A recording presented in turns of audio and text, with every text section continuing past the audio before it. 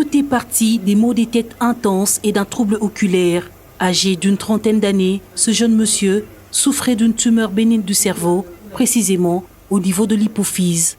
Pour la retirer, les neurochirurgiens ont procédé par une chirurgie mini-invasive qui consiste à introduire un tuyau lent avec au bout une caméra de haute définition pour retirer la tumeur.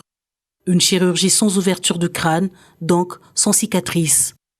Anciennement, on l'opérait en essayant d'ouvrir grandement le cerveau, alors que maintenant, on essaie de faire des petites voies en passant par les voies naturelles pour ne pas avoir de cicatrices et avoir des sorties de patients plus vite après l'opération.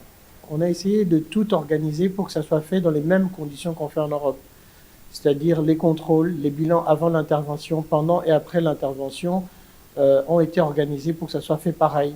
Et j'ai ramené le matériel d'endoscopie qui permet, c'est cette caméra qui permet de rentrer dans le nez et d'aller jusqu'au niveau de la base du cerveau pour enlever la tumeur. Exactement la même chose que je fais en France. On a moins de 5% de la population qui est touchée par ça et on s'en rend compte quand on a des troubles visuels parce que cette tumeur se trouve juste à côté du croisement des nerfs optiques. Et donc, quand ça grossit, ça comprime et donc les gens ont du mal à voir. Au réveil, 1 heure après sa chirurgie, le patient glisse ses premiers mots. Il affirme être bien portant, sans trouble oculaire ni céphalée. Tu es content? Oui, je suis très... Tout s'est bien passé? Tout s'est très bien passé. Très bien. Tu vois bien? Oui. Voilà. Franchement, je vois très bien. Très bien. Et je ne sens pas une odeur dans ma tête. Voilà. Cette odeur, je ne la sens pas. Très bien. Une chirurgie par voie endonasale, une première en RDC, réalisée avec succès. C'est une chirurgie où il n'y a pas de cicatrice, on entre par les voies naturelles et avec des suites post-opératoires qui sont bien. Et vous avez vu comment le patient s'est amélioré, il n'a plus de maux de tête, il n'a plus de troubles visuels. Donc c'est une première en RDC dans le but de pérenniser cela. Alors il y a beaucoup de cas comme ça. À l'époque, les patients partaient se faire soigner ailleurs. Ils partaient se faire soigner. Raison pour laquelle nous voulons démarrer ce genre de chirurgie ici au Congo, à Kinshasa. Donc, plus besoin d'aller en dehors du pays. Donc, le centre médical de Kinshasa offre les moyens pour pouvoir faire cette chirurgie dans des conditions européennes et à Kinshasa. La mine qu'affiche ce patient sur son lit d'hôpital était imprévisible il y a juste une semaine. En pleine forme et prêt à quitter l'hôpital, il nous relate sa petite histoire. J'avais très mal. Cette douleur ne termine pas. C'est une douleur intensive. Donc vous vivez avec cette douleur. J'avais les douleurs côté droit.